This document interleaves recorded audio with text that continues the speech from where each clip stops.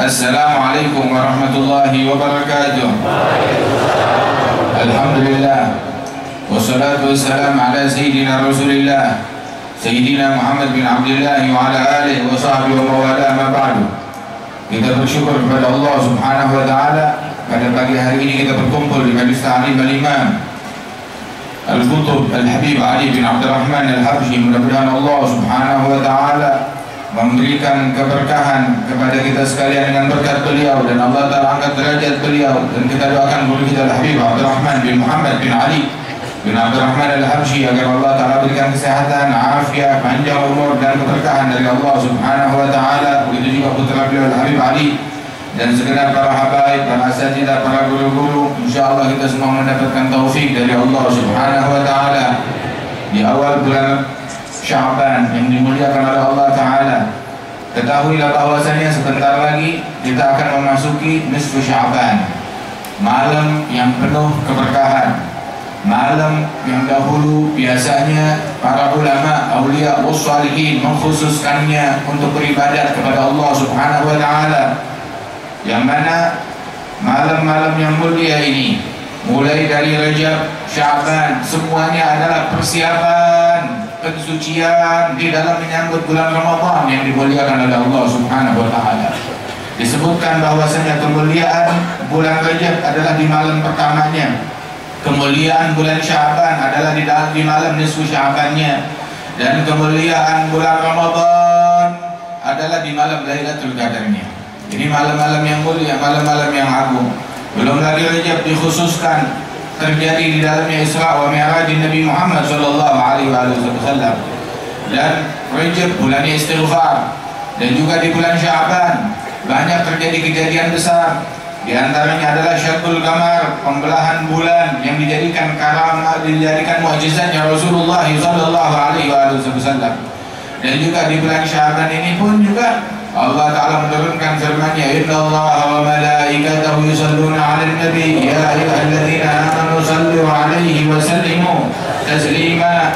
Hingga bulan ini menjadi bulan untuk kita banyak bersalawat kepada Rasulullah sallallahu alaihi wasallam.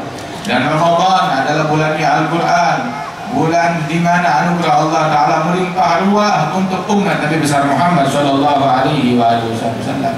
Namun yang kesian adalah orang yang mana terjadi hujan lebat tetapi tanahnya dia tetap gersang. Terjadi hujan yang dicurahkan, air dicurahkan, akan tetapi setetes pun gak masuk ke dalam hatinya. Ini adalah orang yang celaka, ini adalah orang yang merugi.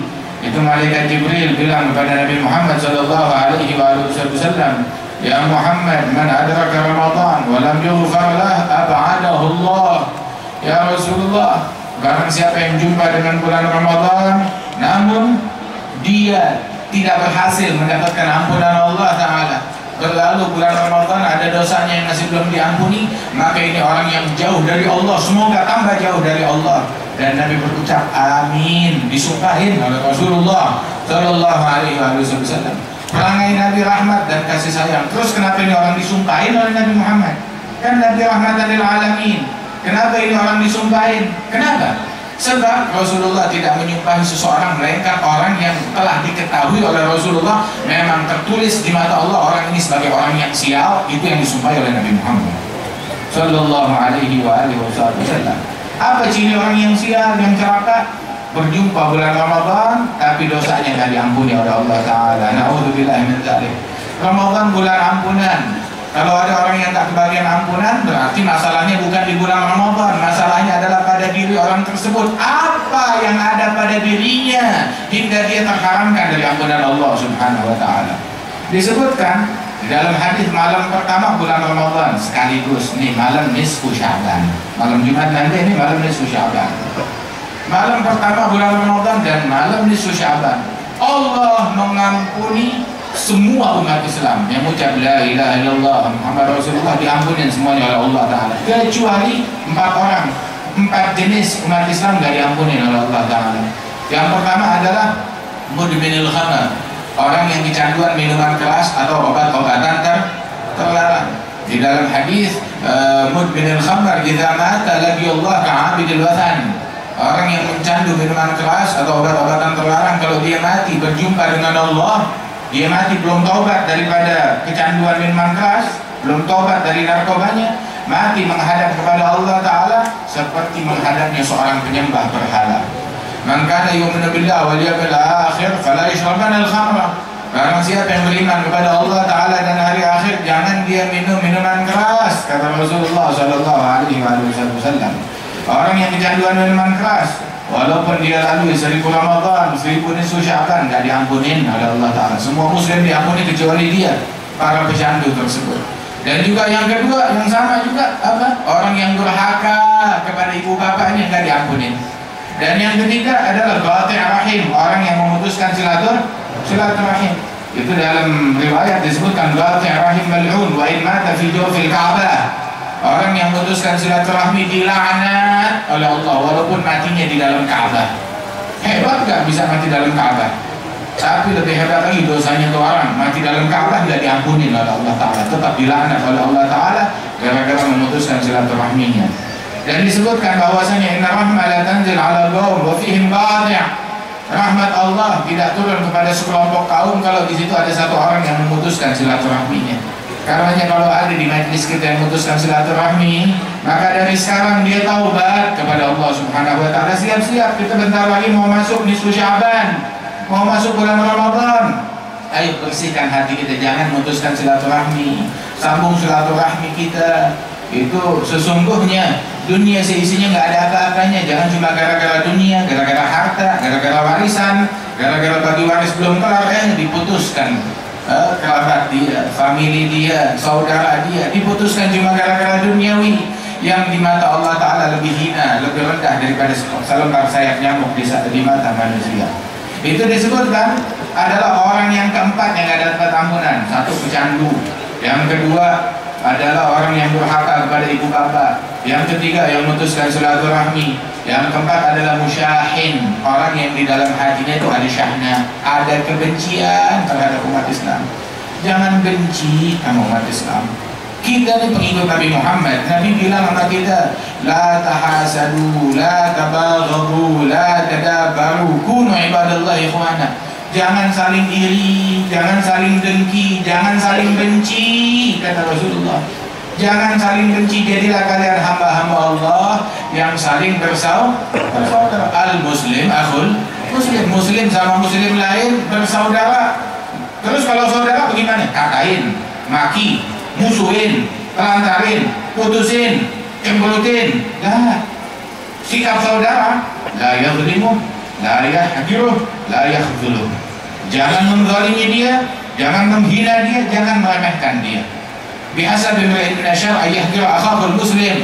Cukup seseorang dianggap sebagai penjahat, andai dia tidak punya dosa apapun kecuali meremehkan seorang muslim, dia penjahat besar.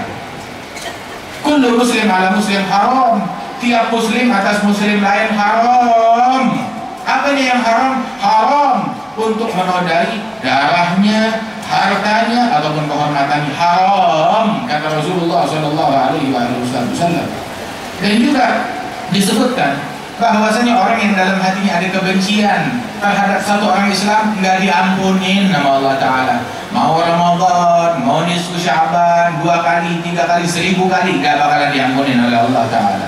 Itu diriwayatkan waktu malam nisfu Sya'ban, Rasulullah Sallallahu Alaihi Wasallam beliau sholat bangun malam, panjang sujudnya, kata Siti Aisyah.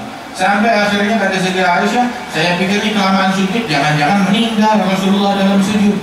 Disamperin oleh Siti Aisyah, dideketin, ya, sampai dicolek jempolnya, bergerak Nabi Muhammad SAW. Terus Nabi doa dalam sujudnya, a'udzu bi'afwika min 'idabik, a'udzu biridhaka min sakhatik, a'udzu bika minka la uhsi thana'an 'alaik anta kama athnaita 'ala nafsik. Ya Allah, aku berlindung dari maafmu, aku berlindung dengan maafmu dari hukumanmu, berlindung dengan ridhamu dari murkamu, berlindung denganmu dari hukumanmu. Saya tidak bisa menghitung pujian yang layak bagi Allah Ta'ala. Demikian banyak pujian bagi Allah Subhanahu wa Ta'ala. Anta kama atnaita ala nafsi. Begitu selesai dari sholat, Nabi bilang ke Siti Aisyah, ini malam nisfu Sya'ban. Allah di malam nisfu Sya'ban, Allah Subhanahu wa taala melihat kepada seluruh penghuni dunia, dan Allah taala memberikan ampunan kepada orang yang memohon ampunan, memberikan rahmat kepada orang yang memohon rahmat. Tapi orang ahlul hijr yuakhir ahlul hijr kamahum. Orang-orang yang dalam hatinya ada kedengkian, ada kebencian terhadap sesama, tunda dulu. Yang lain diampuni, ini dia, ntar dulu, tunggu dulu. Sampai kapan? Sampai dia taubat, dia saling menyayangi, nggak saling mendengki, nggak saling membenci. Wah, kata kedengkian antara sesama itu bukan agama, bukan agamanya Nabi Muhammad Sallallahu Alaihi Wasallam. Ayo bersihkan hati kita. Ini bulan Ramadan yang bentar lagi akan datang kepada kita nih. Kita jaga puasa kita. Tahu dijaga dari apa? Dari tadi kata Al-Habib Abdullah Al-Haddad dalam kitab yang dibacakan Nasihat Dini Al-Habib Ali tadi, itu menyebutkan hadis Rasulullah Sallallahu Alaihi Wasallam, khamsun yuftirna as-shaim. Ada 5 hal yang bisa bikin puasa jadi batal, membatalkan pahala puasa, katanya ulama mazhab Syafi'i. Sebagian ulama lain adalah sampai puasanya beneran batal. Tapi dalam mazhab kita pahalanya yang gugur. Apa? Al-kadzib wal ghibah wan namimah wal yamin al-kadzibah. Begitu juga syahadatuz zur, nazar bi syahwah, kata Rasulullah sallallahu alaihi wasallam. Berghibah, menggosip, mengumpat. Namimah, ngadu domba orang. Begitu juga yaminul kadzibah, sumpah palsu. Itu kemudian juga syahadatuz zur dalam riwayat yang lain, kesaksian palsu. Dan an-nazar bi syahwah, melihat sesuatu yang diharamkan oleh Allah Taala dengan syahwat. Itu yang menggugurkan pahala puasa. Rasulullah bilang di dalam hadis, man lam yada' qawla zur falaysa lillahi haja fi an yada'a ta'ama wa syarabah. Itu dalam hadis yang tidak meninggalkan sumpah palsu, ya, maka Allah Taala nggak butuh sama puasanya dia, nggak butuh dia ninggalin makan, ninggalin minum. Allah nggak butuh sama puasanya, nggak diterima oleh Allah Subhanahu wa taala. Begitu, jangan kita bohong, jangan kita memberikan sumpah palsu, kesaksian palsu, pernyataan palsu yang tidak terjadi. Itu di dalam hadis bahwasanya kafa bil mar'i kadzban, kafa bil mar'i kadziban an yuhadditsa bi kulli ma sami'a. Cukup seseorang dianggap sebagai pembohong dengan menyampaikan apa yang dia dengar. Terima broadcast, ayo kasih, ayo kirim, ayo sebarkan. Ini yang dia terima. Begitu. Itu cukup dianggap sebagai pembohong hanya dengan menyampaikan apa yang dia dengar. Waliyadzubillahi min dzalik. Karena itu ayo, ini bulan puasa, ini malam-malam mulia, ayo coba kita stop dulu medsos kita.